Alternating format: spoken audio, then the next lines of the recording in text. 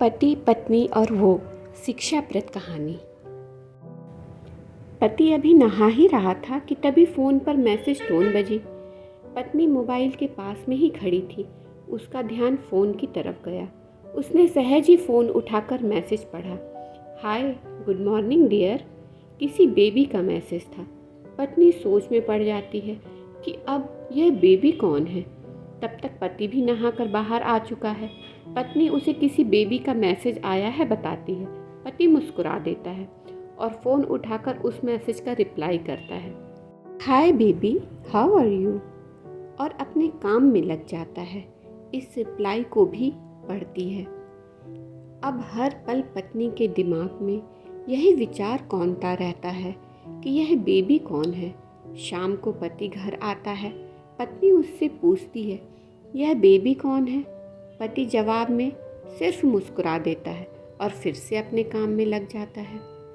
2-3 दिन बीत जाते हैं। उन विचारों ने अभी तक पत्नी का पीछा नहीं छोड़ा था और फिर से पति के मोबाइल पर फिर एक बार बेबी का मैसेज आता है।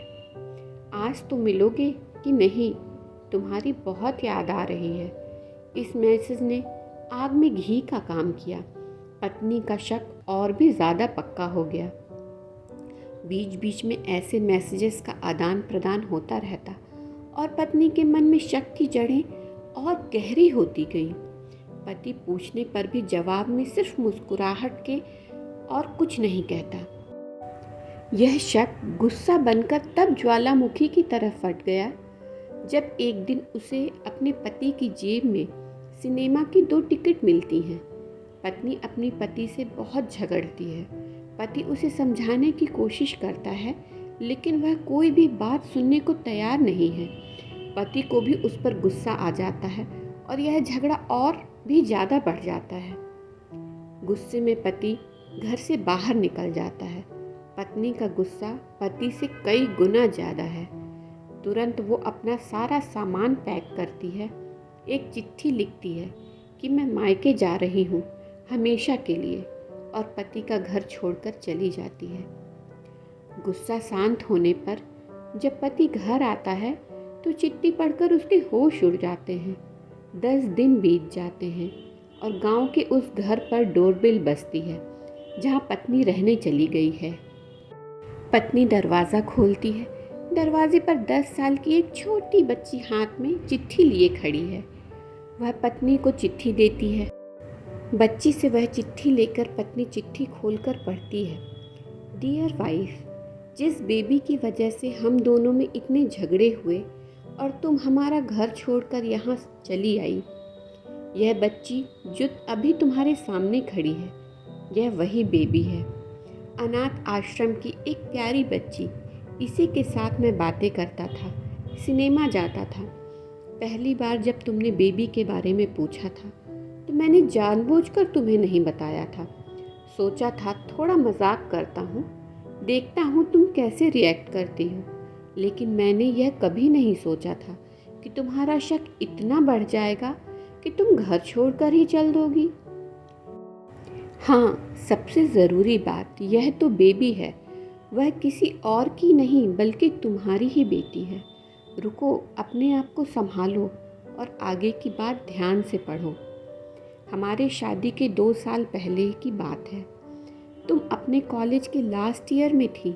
तुम्हारे प्रोफेसर ने नोट्स लेने के बहाने तुम्हें बुलाया था और तुम्हें चाय में नशीली दवा खिलाकर न करने वाला काम किया था। इसमें तुम्हारी कोई गलती नहीं थी, लेकिन कुदरत ने अपना काम किया और तुम्हारे पेट में इस बेबी को डाल दिया।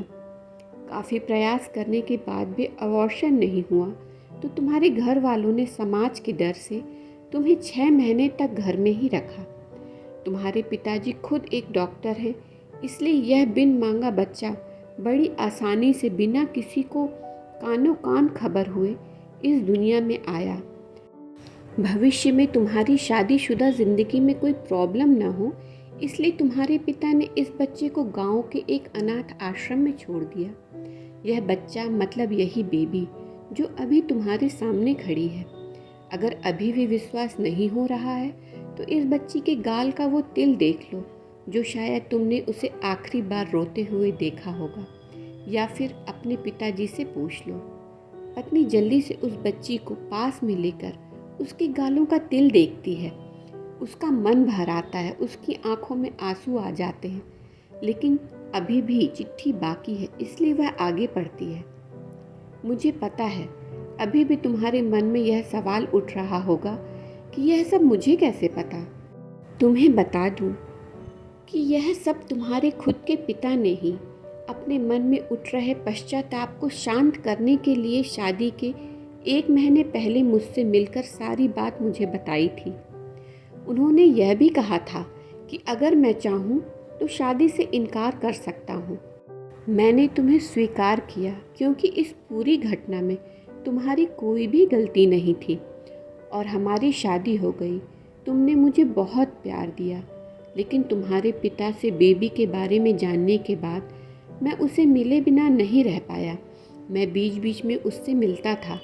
उससे मिलना, उसके साथ समय बिताना मुझे अच्छा लगता था।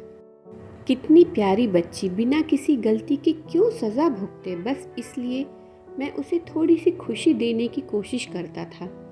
बस मुझे इतना ही कहना था। अब अगर तुम फिर से अपने घर आकर मेरे साथ रहना चाहो, तब और सिर्फ तभी गैलरी में आ जाओ। तुम्हारा और सिर्फ तुम्हारा डियर पति।